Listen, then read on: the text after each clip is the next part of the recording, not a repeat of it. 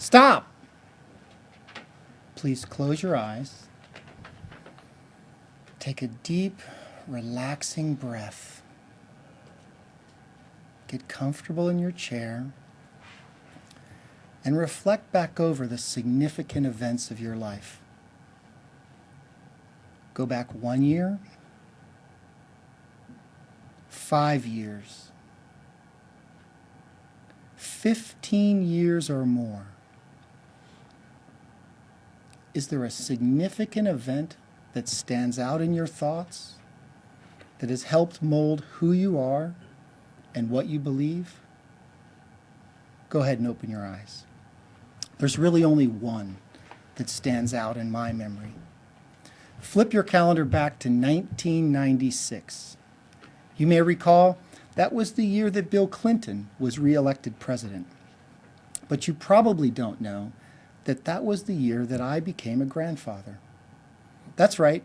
At the ripe old age of 33, I became a grandparent without having ever been a father. For those of you who are interested in skipping right over the hard part and going right to the fun part, pay close attention. Fall in love with someone who's already raised their family. Just prior to the birth, I was returning from Asia on a very long flight. So I had all kinds of time to think about how this event would affect my life.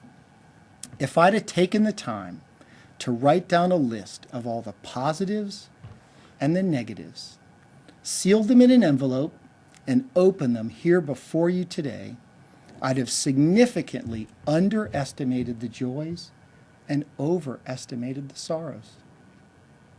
When I landed, I called home to find out that they had already taken her to the hospital.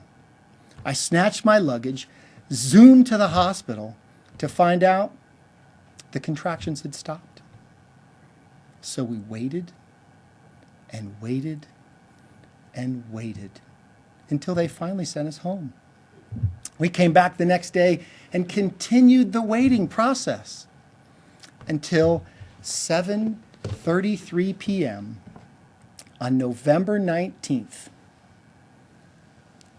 We were introduced to Mia Danielle Duncan for the very first time.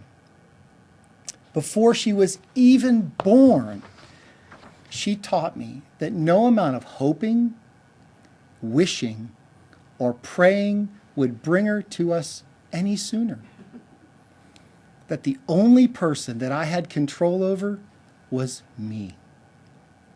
Mia would come visit us every single weekend. And on those weekends, I would shoot a roll of film every single day. Looking at her photo album was kind of like time-lapse photography, as she grew up. Unfortunately, when Mia was 18 months old, her grandmother and I decided to separate and later divorce. Forget the furniture, who gets the baby? Fortunately, I was able to arrange joint custody. She got her on Saturdays, and I got her on Sundays. When Mia was 3 years old, we started season passes at Kings Island. She became my roller coaster buddy in the spring and the fall,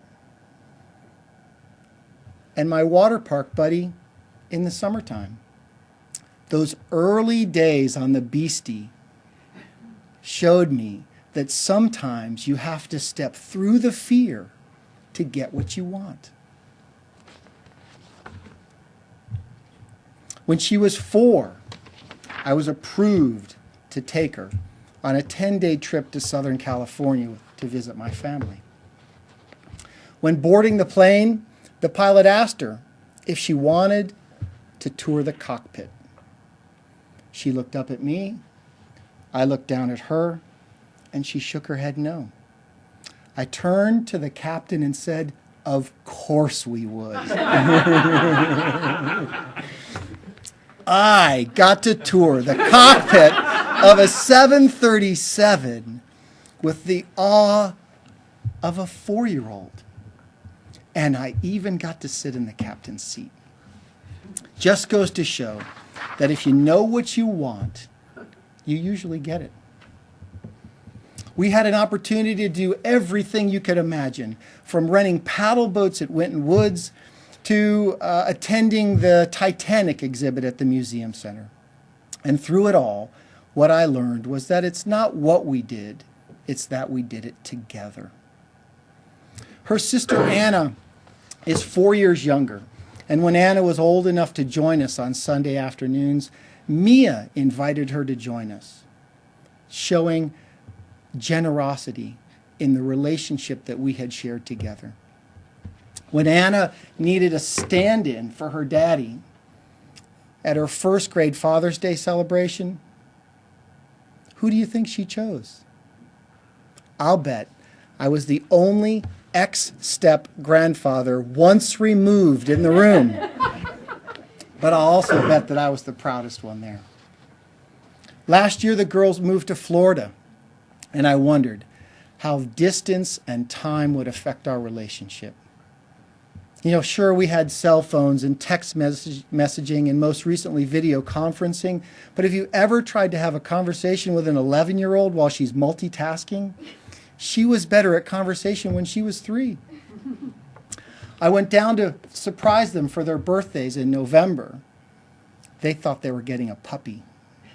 Boy, were they surprised when they saw me instead of the puppy. But I think it's safe to say that our relationship has stood the test of time. It hasn't all been fun and games, but throughout the years, I've learned one very important lesson, and that is, when I approach life with a positive attitude, it comes back to me reflected and magnified 100 times over. Use life's significant events for what they were intended to be, growth opportunities in disguise. Thank you. Mr. Toastmaster.